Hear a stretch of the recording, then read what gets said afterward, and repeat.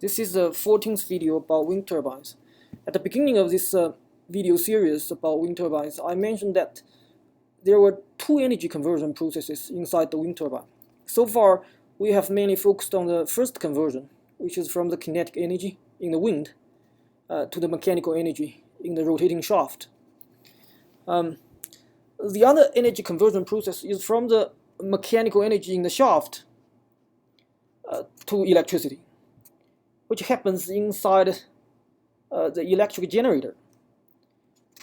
In reality, the rotational speed of the shaft is usually much lower than the rotational speed required by the electric generator. So usually there is a gearbox inside the wind turbine, which is used to increase the rotational speed of the shaft. And there's also a brake. This brake is used to stop the rotor during damaging winds. So starting from this video, we will spend some time to talk about the generator and the conversion from mechanical to electrical energy. The generator used in the majority of utility-scale wind turbines is called induction machine, which can work either as a motor, which converting electric energy to mechanical energy, or as a generator, converting mechanical energy to electricity, depending upon the condition under which it is run. So this is an exploded view of a typical induction machine. It has two major components: a stator, this is called a stator, and a rotor, this is a rotor. The stator is mechanically stationary, so it's physically stationary, it's not moving. But during its operation, it's going to create a rotating magnetic field inside of it. So inside of this stator, you will have a rotating magnetic field. The rotor, this thing, is the component that's actually mechanically rotating during the operation. So this thing is going to rotate, and you have a shaft here. Right. So what exactly is coupling?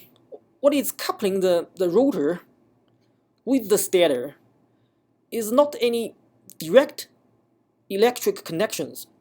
In fact, there exists an air gap.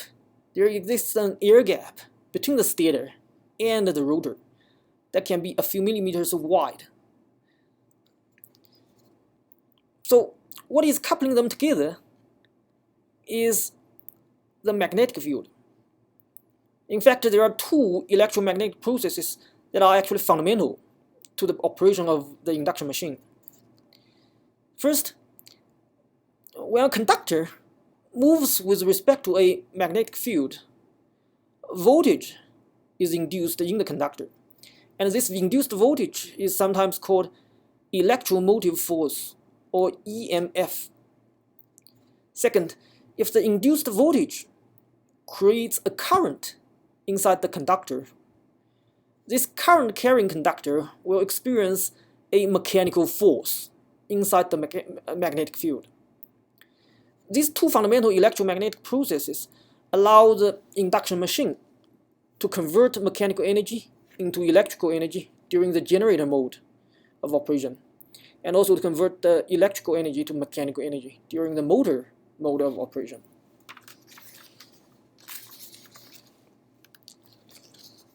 The magnetic field certainly plays a central role in the conversion processes. How can we create magnetic fields? Permanent magnets can certainly produce magnetic fields, but in practice, inside the induction machine, the magnetic field is created using electric current. The Ampere's law tells us that the electric current flowing through a conductor. So suppose you have a conductor that flows through there electric current that flows through a conductor, right? It's going to induce a magnetic field around it, and its intensity, H here, the intensity of the magnetic field, is proportional to the current, I here. The direction of the magnetic field, the arrows, the blue arrows here, and the direction of the current follows the right-hand rule. So if the thumb of your right hand points to the direction of the current, then the other 4 fingers point to the direction of the magnetic field. So if we look at the concentric circles, right, we have the magnetic field lines that's drawn in concentric circles. So closer to the conductor, the smaller circles, the smaller concentric circles, the magnetic path length, of the lines, the blue lines, is shorter, right? So L is smaller here, right? So the field intensity is going to be larger. Suppose I is identical, right? Here N, we're going to talk about N later on. Suppose the numerator doesn't change. If you are close to the conductor, the field length, the circle is going to have a smaller circumference. So the field length L, magnetic path length L, is going to be smaller. So H is going to be larger, right? But as you move away from the conductor, if you look at this larger field line, then the circumference is going to be larger, right? So L is going to be larger. The magnetic path length is going to be larger. So if you divide it, H is going to, the magnetic field intensity is going to be smaller, right? So as you move away from the conductor, the magnetic field intensity is going to reduce, basically. Right. So for a single conductor, if you have just one bar here, one conductor here, the number of turns N here is just 1. So N doesn't really have any kind of a different value. But in order to actually create a stronger magnetic field, we can try to put multiple conductor bars together in parallel. And each conductor has a current I flowing through it, right? And then if that's the case, the combined magnetic field caused by this kind of a bundle, this parallel bundle of conductors, is going to be stronger. It's going to be stronger. And if we have n conductor bars bundled in parallel, then the capital N number of turns here is going to be the same number as the number of conductor bars. Right. And this numerator, N times I here, is sometimes called the magnetomotive force, or MMF.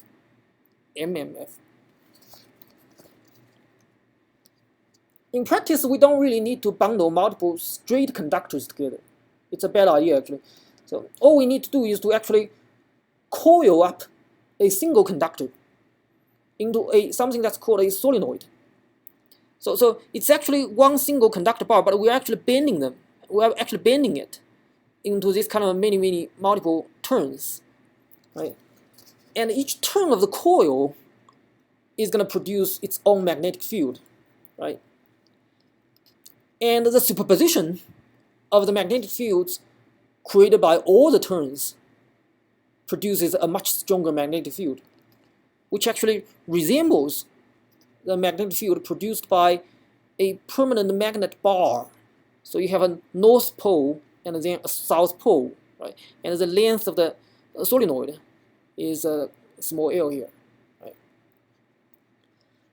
And in this kind of situation, most of the magnetic intensity is going to be concentrated inside the coil, right? So the brightness of the line actually is proportional to the intensity. So inside of the coil, you can sort of see very bright bars. So which means that the majority of the magnetic intensity is actually concentrated inside the coil, right? And in this case, the magnetic path length can just be approximated using the length of the solenoid. So small l here. In this case, the Ampere's equation can be directly applied to the solenoid. And here, capital N is indeed the total number of turns in the solenoid. And here, small l, the magnetic path length can just be approximated as the length of the solenoid, because the majority of the intensity is actually inside the solenoid. The magnetic intensity the magnetic intensity, capital H here, is related to something that's called a flux density, capital B here. It's related to this flux density through this coefficient that's called magnetic permeability. So you can think of the flux density as the total number of magnetic flux lines passing through a unit area. It has a unit of Tesla or T. The magnetic flux phi, which has a unit of Weber, right, is actually the flux density B multiplying the cross-sectional area, say A here, right? So once we know the flux density, we can get the flux by just multiplying the density with the cross-sectional area.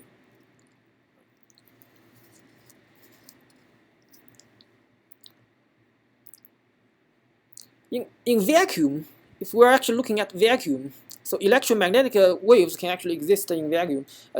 So inside a vacuum, the relation between the flux density B here, the vertical axis here, and the field intensity H is actually linear, right? You have a linear relation.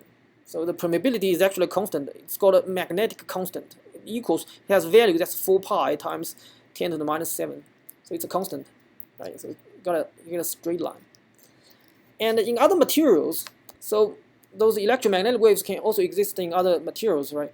So in other kind of materials, for example, cast iron, cast steel, sheet steel, these kind of different materials, the relation between B, the density, and the intensity H is actually nonlinear.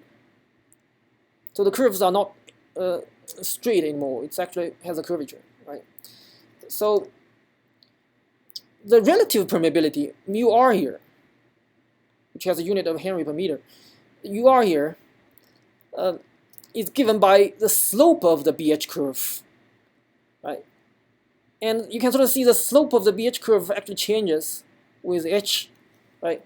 So the slope of the curve, or the relative permeability, actually depends upon the field intensity. So in practice, this linear relation has this kind of linear relation, this equation, has very limited applicability because of two very important processes. One is called saturation, and the other is called hysteresis. Right. So let's look at these two processes. Right. Here it's again the BH curve, but on this plot we're actually looking at the evolution, the temporal evolution, the temporal history of how BH are related, how we actually how density actually changes with the intensity H, right, as a function of time. So let's start from H equal to 0 from the origin here, right? So intensity is 0. Suppose we increase the intensity. Suppose we increase the intensity in the positive direction, right? And then the density is going to increase also, right? Following this pink dashed line, it's also going to increase, right? But when B has increased to a certain point, it's going to stop increasing. No matter how high the magnetizing force, the intensity increases, right? So at this point A, we say that we have reached a saturation in this particular material, right? So because B no longer increases, it doesn't matter how high H is, but B doesn't increase anymore. So this is called a saturation point, right? Now if we reduce the intensity, if we go back after we have reached saturation, let's go back, reduce the intensity H, right? If we reduce the intensity, the density B is also going to reduce, but it's not going to follow the pink dashed line anymore. It's going to follow a different path. It's going to follow this blue path actually, right? So it's going to reduce together with H for a certain distance, and then when H has reduced to 0, so the intensity has been reduced to 0 now, right? But there's still a residual flux density, inside the material. Right? And this residual density is called retentivity. It's called retentivity. That's point B here. Right?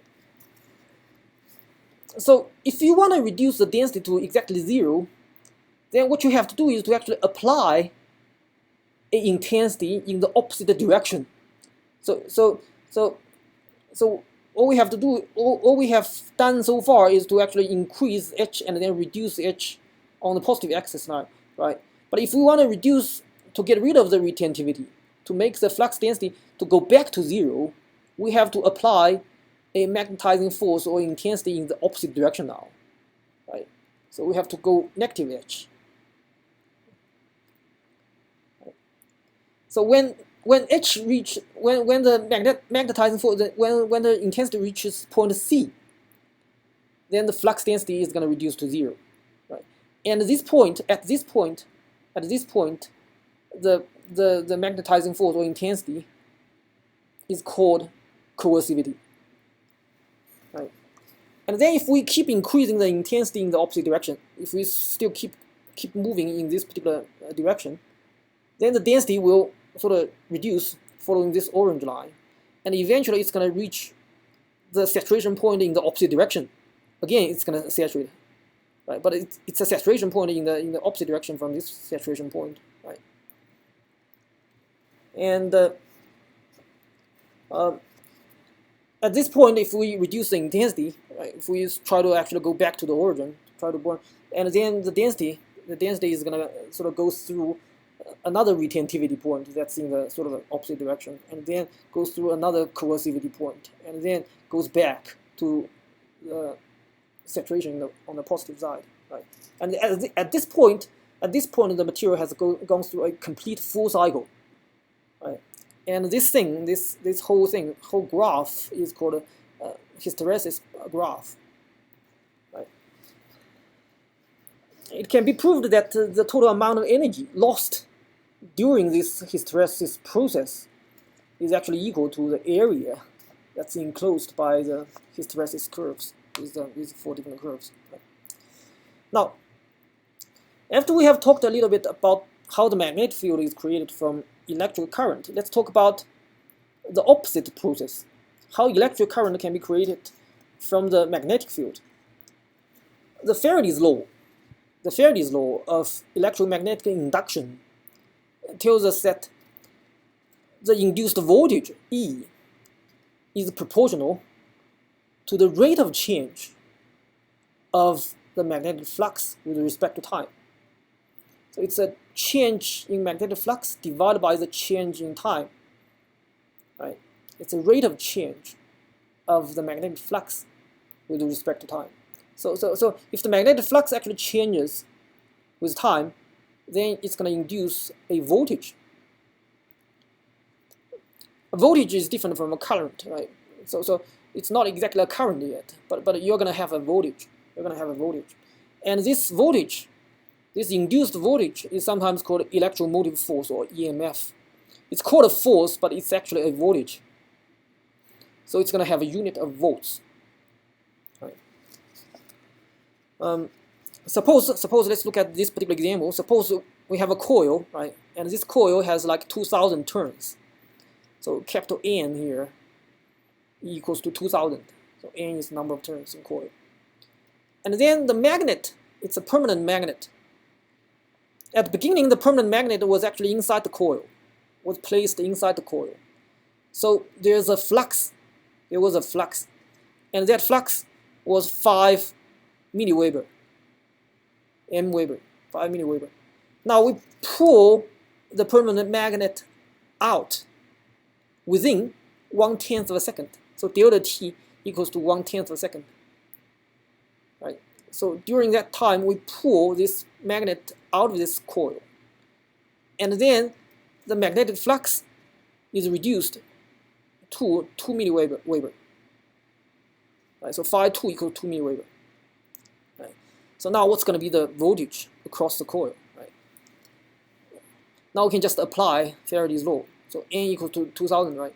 Delta phi equals to phi 1 subtract phi 2. So it's 5 milliweber subtract 2 milliweber. That's 3 milliweber. And the duration of our operation of the changing current, changing flux, is 1/10 of a second, right? So 2000 times 3 milliweber, right?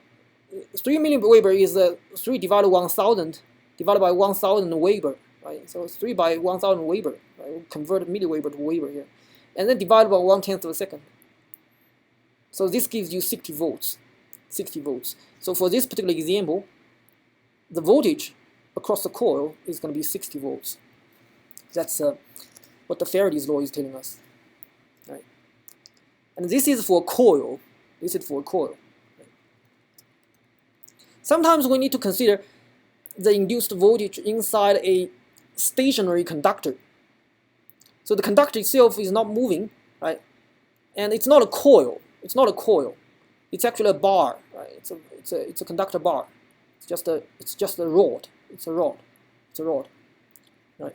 So here we have the magnetic field. So here is the north pole, right? And the south pole is there's another south pole that's somewhere behind the conductor or something, right? And then this magnetic field has a density of 0.6 Tesla, and it's rotating past this stationary conductor. So the conductor is not moving, but the magnetic field is actually rotating past through it with a speed that's with a linear speed that's 100 meters per second. So effectively, this rod, this conductor, is actually cutting through the magnetic field lines at a speed that's 100 meters per second, right? At a relative speed of 100 meters per second. And the portion of the conductor that's actually cutting through the magnetic field has an effective length of 2 meters.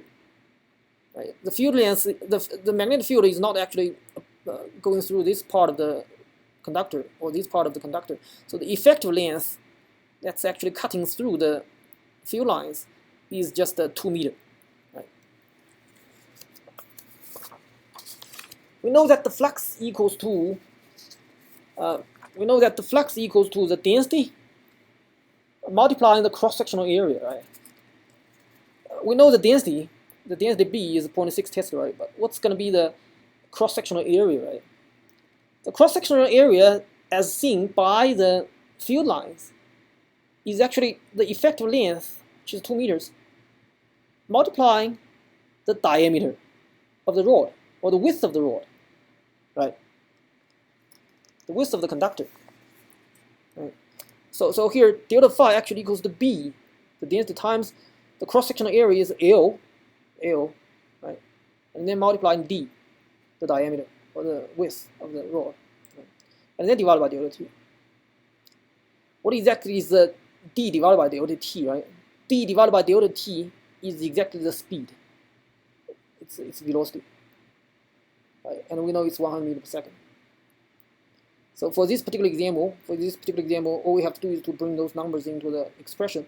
So E equals to the density times the length of the conductor times the speed, the relative speed between the stationary conductor and the rotating magnetic field, right? So bringing those numbers, we obtain 120 volts. So the voltage, induced voltage inside the stationary conductor is 120 volts. So the induced voltage does not necessarily create a current unless the two ends of the conductor are connected. So this is going to give you a voltage across the conductor, but there's no current because the two ends of the conductor are not connected. Right? So, but suppose we connect them with a wire, right? And this process is called a short circuit. If we short circuit this conductor with a wire, right, then it's going to create a current. It's going to create a current. Right? Now suppose we have connected the two ends of the conductor, and we have a current flowing inside the conductor now, and we're looking at the conductor in a direction that's perpendicular to its cross section. So this is actually the cross section of the conductor, right? So the current is actually flowing into the screen. The current is actually flowing into the screen. So you see the cross here. The cross means that the arrow, the current arrow, which is a vector, right, points into the screen, away from the viewer. Right? So the current is actually flowing into the screen. Right? From the Ampere's law, we know that this current is going to create a magnetic field surrounding that conductor, right? That's the Ampere's law. And the direction of the field line, the magnetic field lines, is going to follow the right-hand rule, right? So if the current is actually flowing into the screen, then the direction of the magnetic field lines is going to be clockwise. It's going to go this way, right? It's going to be clockwise. That's the magnetic field induced by this current, by this induced current, actually, right? Because the current itself was actually induced from.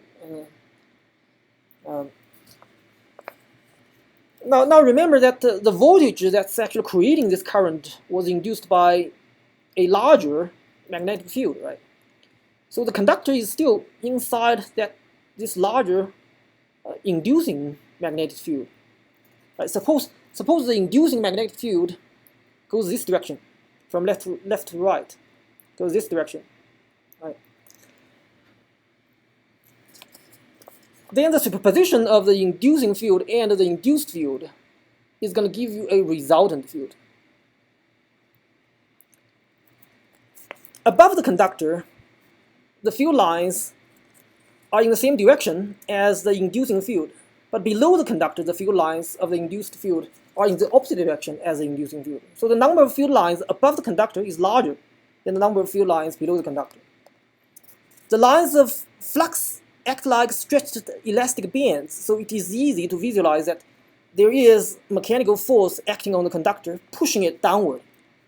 This mechanical force is called the Lorentz force, whose size is determined by the current I, the density B, and the length of the conductor L, and the angle between the magnetic field and the current theta. The Lorentz force follows the Fleming's left-hand rule. So the forefinger and the index finger point to the direction of the magnetic field and the direction of the current, respectively, right?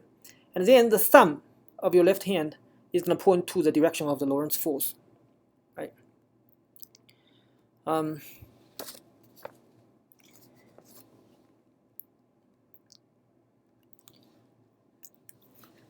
So now let's consider a series of conductors whose ends are connected or short-circuited by two bars, A and B.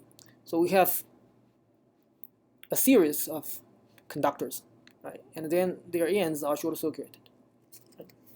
And then we have a magnetic field that's moving across all the different bars, all the different conductors, with a speed of v, and it's moving from left to right, right? So as the magnetic field actually moves across this conductor ladder, this is the conductor ladder, right? There will be an induced voltage. It's going to be there is going to be an induced voltage because of Faraday's law, right? Because of Faraday's law, they are the conductors are cutting through this magnetic field, right? So there is going to be a voltage. There's going to be an induced voltage because of Faraday's law, and because those conductors are short-circuited, so their ends are connected. That induced voltage is going to be converted into a current, right? So now you have a current, right? And once we have a current, and because these current-carrying conductors are still inside this magnetic field, right? Then we are going to have a induced Lorentz force, right? We're going to have the induced Lorentz force. We have B, we have I, the current is there, right? Sin theta is 90 degrees, so because it's perpendicular, right? The current and B is actually in the perpendicular direction, so theta is actually 90 degrees, so sin theta is like 1, right? It's unity. And then L is just the length of the conductors. That's the length of the conductors, right? So the induced Lorentz force is going to act in a direction from left to right. That's the direction of the force, right? So the induced Lorentz force always acts in a direction to actually drag the conductor ladder along with the magnetic field at a speed. The magnetic field is actually moving in this direction from left to right, right? So the induced Lorentz force is going to drag this conductor ladder from left to right. In an induction machine, the conductor ladder, this conductor ladder, is actually closed up on itself to form this thing. This thing is called a squirrel cage, right? Because it looks like a squirrel cage, right? If you have a hamster, right, the hamster runs in a cage that looks like something like that, right? It's called a squirrel cage, right? And the induction machine that uses this kind of thing is called a squirrel cage induction machine, right? So the conductor ladder is closed upon itself to form this kind of a circular squirrel cage, and then there's the magnetic field surrounding this cage, right? And that circular magnetic field is going to keep rotating, right? So the induced Lorentz force on this acting on this squirrel cage is going to try to actually pull the cage together with the rotating magnetic field, right? And those pulling force, those Lorentz force, is going to create a torque. It's going to create a torque to rotate the cage, and this cage is effectively the rotor inside that induction machine. And in this case, we have a conversion from electromagnetic energy, which is actually rotating the magnetic field, to the mechanical energy, which is actually rotating this rotor, right? And in this case, the induction machine is working as a induction motor.